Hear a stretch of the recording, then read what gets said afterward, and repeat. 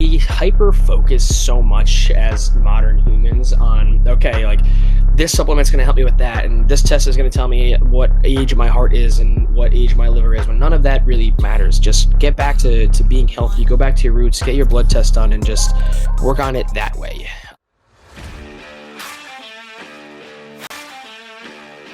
Howdy, everybody. I'm here with Uncle Nutsby and my buddy Doc Tom, we're recording. What are you doing over there? Just enjoying my red salsa. Notice it's in a What? wine glass, and Uncle Nutsby has something to say. Uncle Nutsby's an inanimate object. He can't talk. Let's put him down for now. Today, we're actually talking about red wine and the miracle of longevity that is unlocked through drinking red wine, and in particular, the active compound resveratrol. Yeah, so I ran out of red wine because I'm always trying to get my Resveratrol in my system early, especially at 9 o'clock in the morning, not on a work day, because it's really healthy for you. And I'm lying, completely lying. Resveratrol is one of those compounds that people say, like, oh, it's going to be like, it's good for you. It clears out the arteries. It gets all the cholesterol out of your system. And it's good if you have just a glass of red wine a day. Dr. Aaron, what do you think about that? So my first thought is that wine includes alcohol, and we know alcohol is not good for you. Alcohol doesn't have any health benefits. It is not something that's going to boost your immune system. In fact, if you drink enough alcohol, your brain literally starts to shut down. That's why we black out people. That's when we kill brain cells. So for that reason, I don't like it. I mean, the thing is moderation is something, like if you just have a glass, it's probably not the end of the world, but it's a glass of a bad thing. It's probably not the best thing to do forever, but it's probably not going to kill you if you just have a glass. It's probably not the worst. Alcohol is one of those things where you can enjoy it in moderation and not have it be a problem. It's when you start to like consume and enjoy too much of it where it can become a problem, both physically for you and socially when you're with your friends. So the most important thing is always just consume it, responsibly. Where it's give me the Dos Equis man in here, give me the thumbs up. But overall, there's not enough resveratrol inside these glasses of red wine to give you the benefits that it's stating. And to be honest with you, the research is still out on resveratrol in a whole, where it's like some scientists say, like, yeah, it can be beneficial for you, but others say that in order to get like that longevity dose, you would have to drink a lot of wine in order to really see it. But they really don't think, like, this isn't really doing much for us. Yeah, so like sometimes people look for reasons why the thing that they do is healthy, and sometimes people will make studies that might not be the best and might not have the best level of evidence, but it gets done what they want. That's called bias, people. Another big one is coffee. Caffeine. It's probably not the best for people to be addicted to caffeine. If you're having Don't touch my something, coffee. if you're drinking or eating something and you notice that you get headaches, agitated, and you're not happy when you stop having it, that's probably not the best for you. That's called withdrawal. Yeah.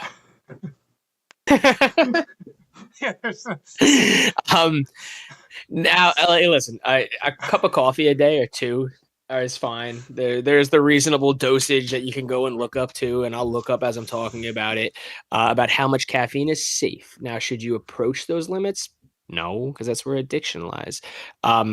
Exceeding those limits can oftentimes be very easy, especially nowadays as we live in the realm of energy drinks and fitness beverages and pre-workout. And I'm guilty of trying almost all of them. In the long term of it, it's not healthy for you either. Very similar to the red wine, getting off topic here, but that kind of goes in hand where it's like too much of anything isn't good for you. Mm-hmm. Yeah. So And moderation. Sir, sometimes too much research might not be good for you.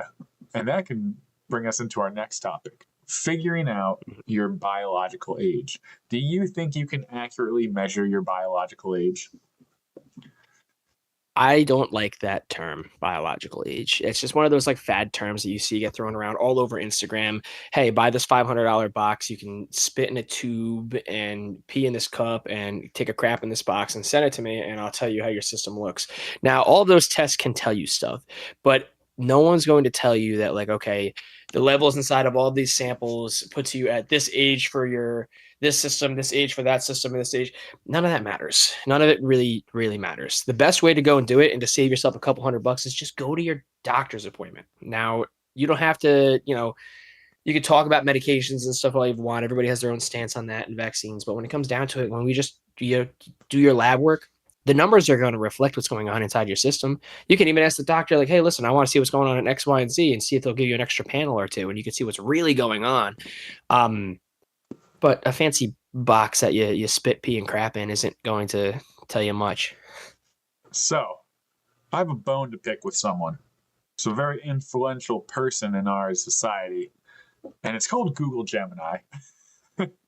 So, Google Gemini, of course, I asked her about biological age and whether she thinks it's beneficial.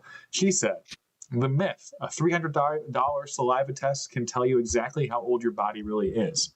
But the reality, different organs age at different speeds. Your epigenetic clock might say you're 30, while your liver is 45, your heart is 35. One single number in a marketing oversimplification of a very complex non-linear process.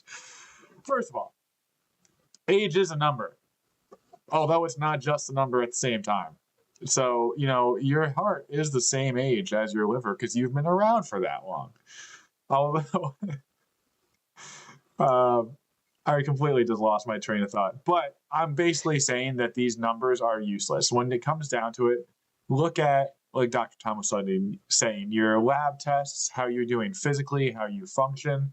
If you're moving well, you're doing well. Who cares if your, left calf is 50 and your right calf is 22?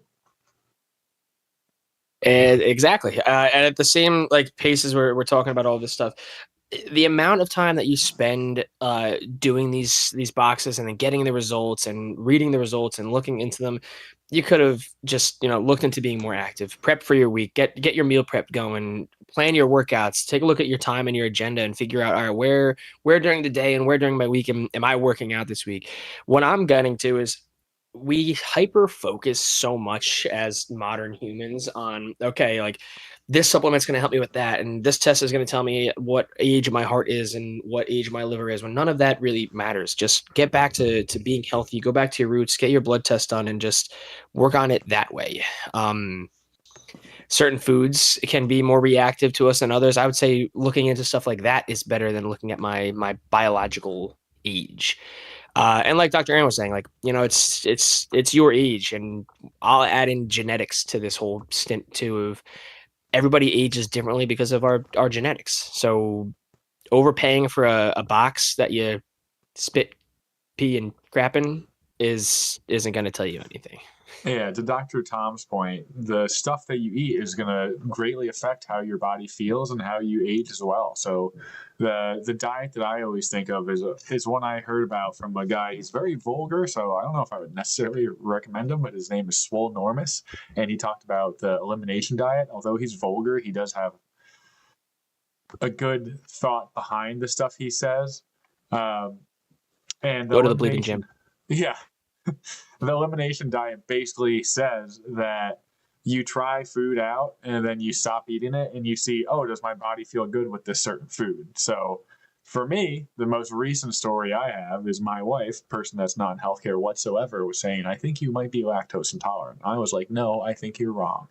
But I notice if I have milk, cheese, dairy products, my toots are like an atomic bomb. And if I don't, my toots are like a daisy or a lilac.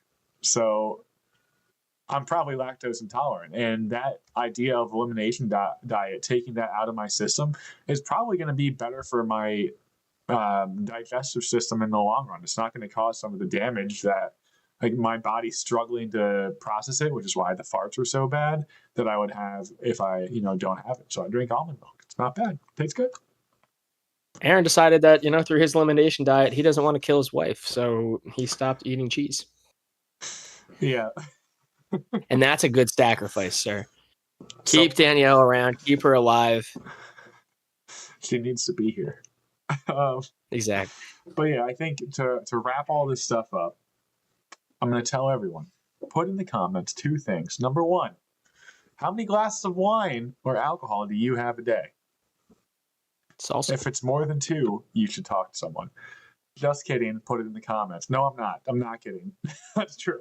Number I was about to two, say, sir. what do you think your biological age is? Even if we think it's silly, it's still fun.